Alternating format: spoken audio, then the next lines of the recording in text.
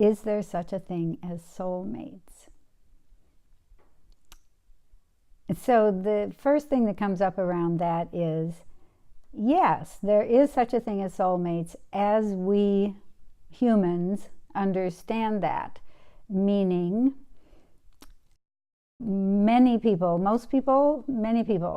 when they think in terms of soulmates, they're actually seeking, is what is coming up. They're seeking a very close relationship, And so in that, if that's what we're using kind of as the definition of soulmates, where it's a really uniquely close relationship. I keep looking for the word comfortable in there, close, comfortable relationship, and they go, oh, no, not, I mean, it certainly can be wonderful and comfortable, but it's not always. So I hope they'll give us some clarification on that. So from the universe's perspective, we're all soulmates, and then that's kind of a ha ha ha. That's a semantic joke from the universe. It's kind of like, well, we're all souls and we're all mates. So in that regard, we are all soulmates. But they understand that we're asking really about those very uniquely, almost like profoundly close relationships. When our spirit reincarnates in a new lifetime, we bring with us the vibrational range, the predominant vibrational range that we had kind of evolved to as a human previously in other lifetimes. So here's, as an example, here's the full range of possible vibrations, although they say there isn't really ever an end to it. It can just keep going forever. But generally, people are going to have a vibrational band somewhere in here. Some of them are down here, some are in the middle, some are moving up higher and higher. So our predominant vibrational range is the one that we will bring into any particular lifetime. And when our vibrational range overlaps very closely with someone else's vibrational range, that's where, even if you've met them just for the first time, you go, oh, I feel like I've known you forever. Oh, it's so easy to talk to you. Oh my goodness, you know, we just really match. And so that is bringing up, well, that explains why that comfort level is there, why that, yes, they're saying, and yes, some people will be asking, are those individuals that we feel particularly compatible with, are they someone we knew in a past life? And the answer is yes, that can be the case. It doesn't have to be the case, but it can be the case. And then showing me the example of often, it's almost like we move through lifetimes as soul groups. And so we would expect in any one lifetime, when we're operating in relation to others in our soul group, some of us make greater advancement in our spiritual growth than others in that soul group. Someone in a soul group may actually move backwards a little bit. And this is all in terms of general vibrational range. So apparently, and then in a new lifetime, when those two people come together, if those two people come together in a new lifetime, they may have actually moved farther apart in their vibrational range, so that they no longer feel that soulmate relationship that they had in the previous lifetime, where their vibrational range was virtually on top of each other. So apparently it's all I see where we're going. So in this lifetime, well, we are supposed to say that people can make progress together, and so they can come back together, still as what we're calling soulmates in this lifetime. They're going to use that as an example of, we're going to have a specific example here. Past life, these two people in a soul group were closely overlapped they were soulmates by our definition. Their vibrational range closely overlapped each other. And in that example, they were brothers in that lifetime. Both of them pass away. They both decide to come back together in a new lifetime. this time one of them is a mother and one is a son. So the soulmates come, and they come over at the same vibration, apparently, as that they had when they left the last lifetime. I want to check on that. They're saying yes, generally. The reason I wanted to check was I know people can kind of like make progress even on the other side, but while they're in between lifetimes, but it's being emphasized that no, we're talking about human existences here. So your human vibrational range in one lifetime is what you start with in the next lifetime when you reincarnate. So in this next lifetime, mom comes here first, and then son comes. There's a very close relationship. During that lifetime,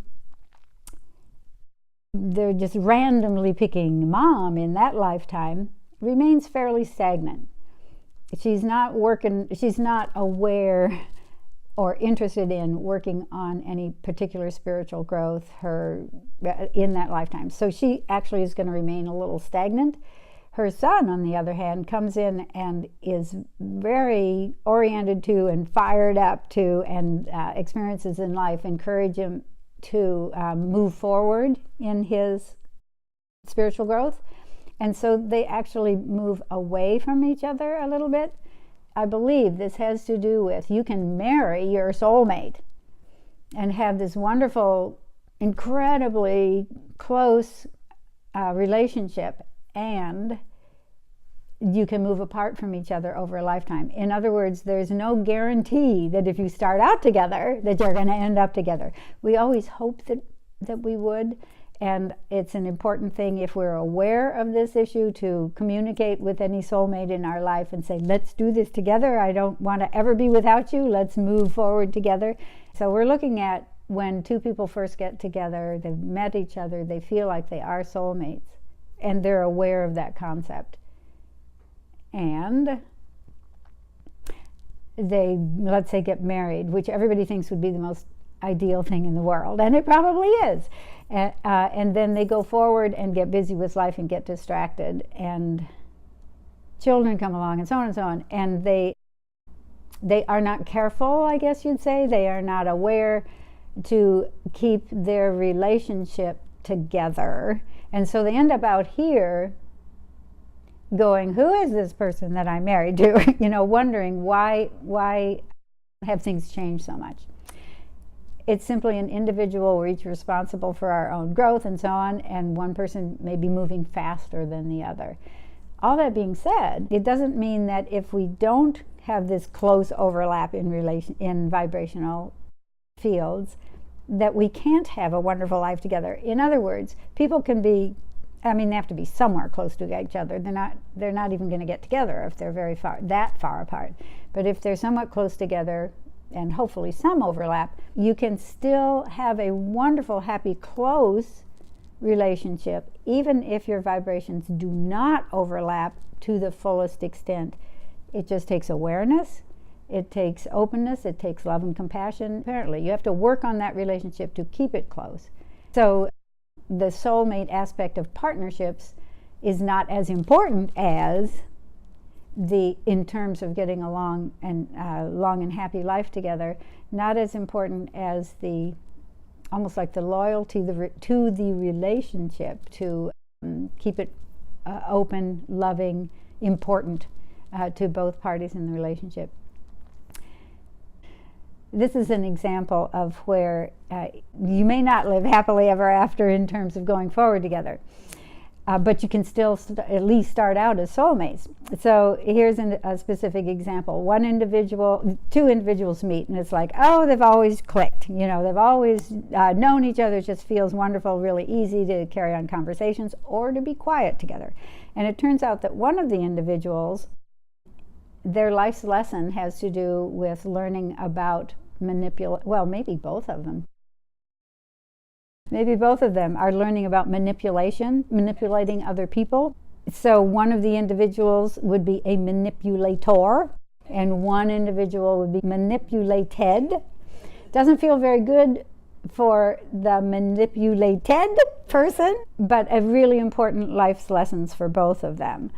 And so that would be a relationship that, assuming that the manipulator does not learn the lesson while they are in contact with the person they're manipulating, assuming that that is the case, that relationship may not feel very good. That relationship may end up going, well, I love you, but I can't live with you, kind of thing.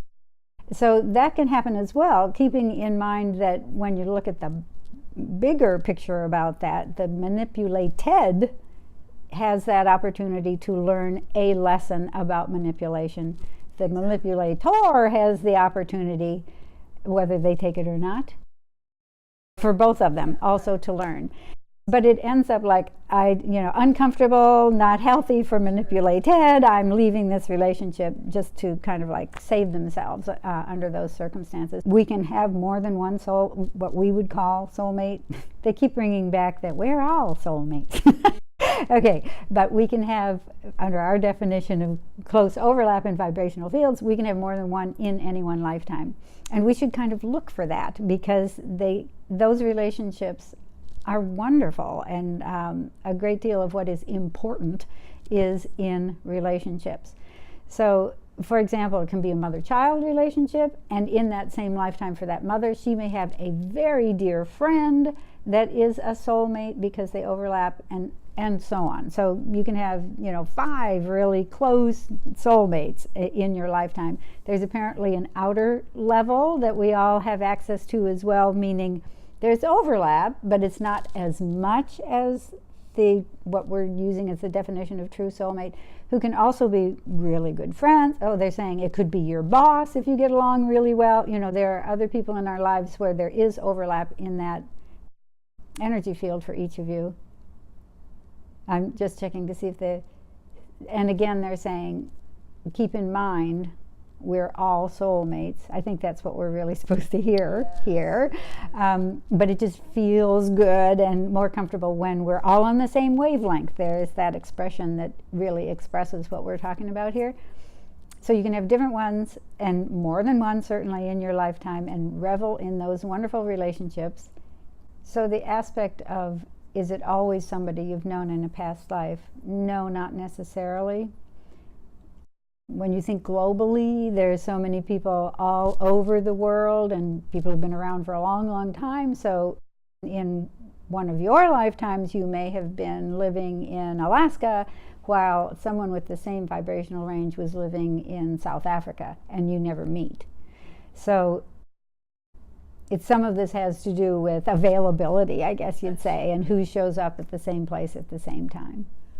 So the question would be, how can you tell who might be your soulmate in this lifetime? And how can you tell? What comes up right away is you recognize on a almost like visceral level that closeness before you ever compute, oh, is this person my soulmate? You just know, you just feel, you just know that close relationship. They're actually, and then you can think about it and put a label on it, is what they're saying. When it feels that comfortable and easy and overlapping, you're on the same wavelength. I'm checking here.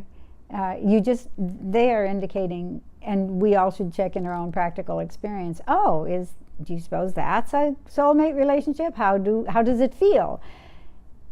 So we can check in on ourselves to put a label on it. The universe, in one respect, is again saying it doesn't really matter. What we're really seeking with this question is, how can I be that close to someone? How can I make that close connection?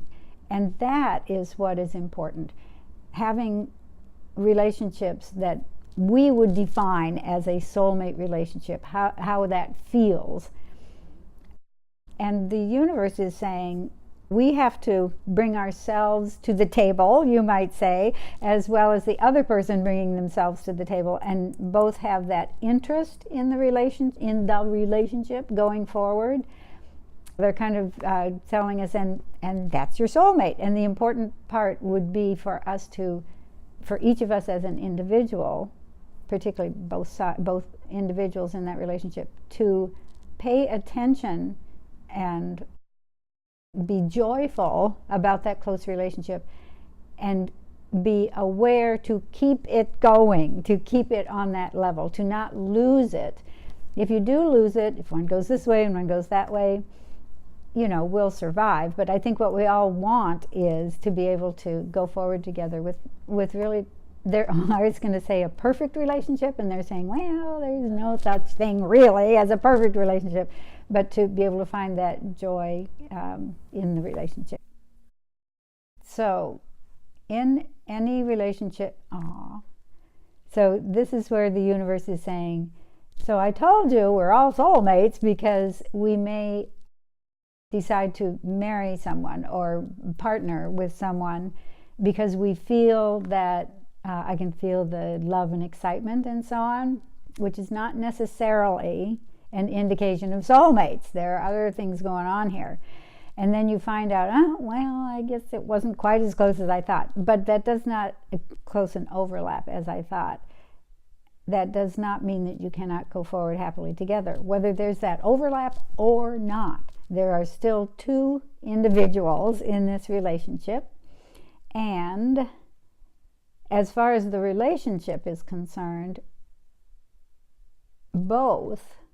ideally, both of those individuals would be focused on the relationship as a positive thing. The relationship, which is almost like this third point out here.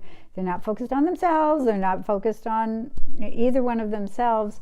It's the relationship that underlies their wonderful relationship. And they want to keep that relationship going. So they may have to work things out. How do we talk to each other? I support you, but it's in a way that doesn't work for you. Help me understand that sort of thing. It's I see. It is not a negotiation. It is an understanding out of love. Like, I really want to help and support this other person in the relationship. Help me understand how to do that. Let me see what works for them. So it's it's love, go in that direction that would help, they're telling me, lift up and maintain the person on the other side of the relationship. That's generally a two-way thing. They each support each other out of love and respect. And that's the type of thing that will keep that relationship strong. It builds a strong foundation. There's a phrase of, depositing money in the bank so you can withdraw some and not go broke later. So all of those wonderful relationships are depositing a lot of money in that relationship bank account. So when somebody goes through something difficult, some of that money can be withdrawn and the bank account still stays very viable and whole. So here's an example. Partnership, marriage, that type of relationship where people are directly attracted to each other. And again, it's coming up that awesome feeling of when you first meet somebody is not necessarily an indication of soulmate overlap. But let's say you get together, and so the universe is saying, if you aren't soulmates, it can still work out. But on the other hand, we have the reality to deal with of, let's say one person in that relationship, even if they've realized the support, closeness, wonderful feeling of the relationship, one of them may want to do drugs and the other one doesn't. This would have to do, with the two individuals. We all can make our own choices. So it depends on the individual's strength of character, so to speak, of each of those individuals as to how that goes forward. The one who wants to do drugs may be kind of the leader in light of who the other person is. They're more the follower. They may follow their partner into doing drugs. And at some point in time, one or the other of these folks decides to leave that lifestyle behind. It feels like the other person in this example is not interested, their free will is, no, I want to keep going with the drug habit. And that they may try very hard to keep this other person involved, even when the other person involved is saying, well, for my own health, safety, welfare, being, and growth, I need to leave this behind. what it feels like to me is that individual is developing strength of character actually in that lifetime. The other one is choosing not to at that time, if we're going to call this a strength of character thing. It's really much more complicated than that in terms of drug addiction. If one has enough personal will to leave that type of lifestyle, it can be heartbreaking. It can be, it's mourning. There's a death of the relationship going on here. But it is a free will choice on the part of those two people.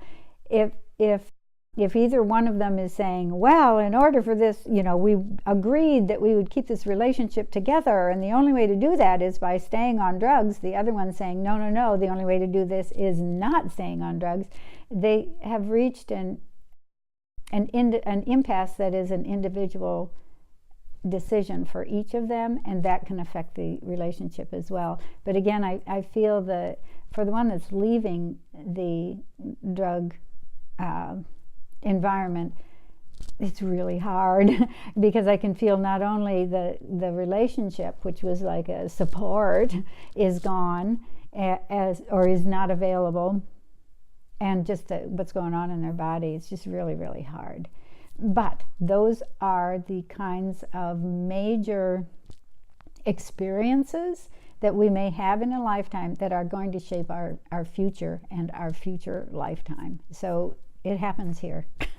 It's the kind of thing that we don't necessarily ask for that opportunity in a lifetime, but we can get presented with it, and it depends on what we do with that that's going to shape our future.